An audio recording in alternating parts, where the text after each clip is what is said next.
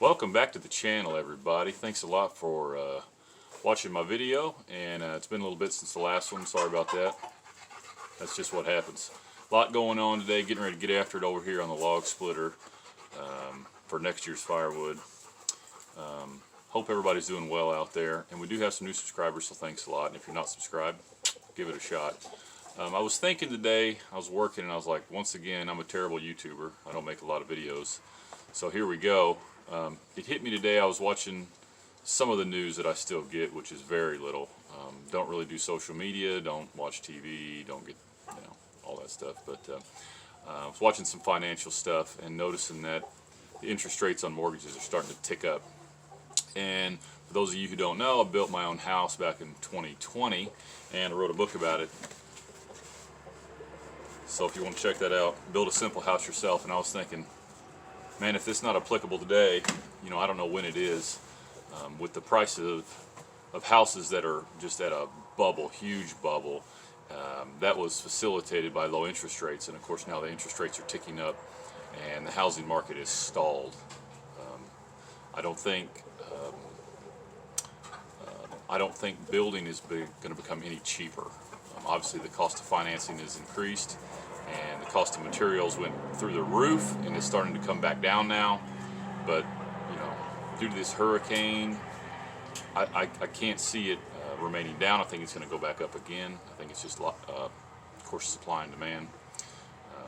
So I hope you guys are where you need to be, and I know several of you have contacted me that you're right in the middle of considering building, and what a crazy time that must be.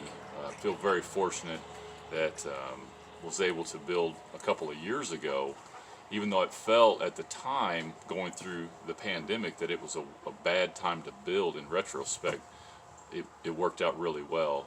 There were some issues along the way, and if you're interested in that sort of thing, check out some of my older videos. I did several on the steps I did to build my house. I built an ICF house, which is basically a concrete poured styrofoam block. And another thing I was thinking of this morning, which kind of inspired this video, and once again I wrote it in my book, is the perpetual cost of home ownership. And my background is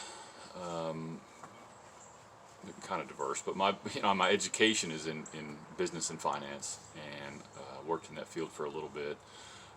So numbers have always kind of made sense to me, and when building a house, the numbers had to make sense.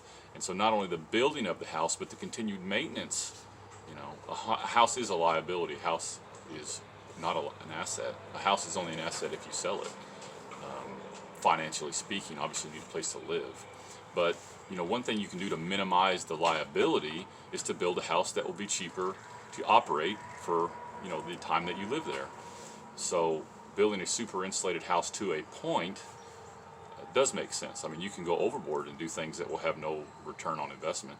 But I noticed also in that same article that I was reading about the interest rates going up, the average utility price has gone up over 15% in the United States just this year. So it doesn't take you much to figure out that building an efficient house will pay off in dividends down the road. And so what my book is about is building a simple house, not necessarily a small house. I didn't build a large house per se. My house is 1,600 square feet, 3-bedroom, 2-bath, but it's a simple design. It's a square, doesn't have a lot of windows, so I reduced a lot of cost and a lot of energy drains. And I think that that's paying off now, and I'm happy that that's worked out. I had a lot of people talk to me, when I was making these videos, wanting to know how I did it, and people I know locally, of course. And so I had kept a daily journal, and so I've compiled all those notes into a book, and I was just going to email it out and give it to people, and then through Kindle on Amazon I was able to publish it. So I hope it's helpful to people. I've got a lot of positive reviews. Actually, the book is selling pretty well. I mean, I do basically no marketing. I don't even make that many YouTube videos.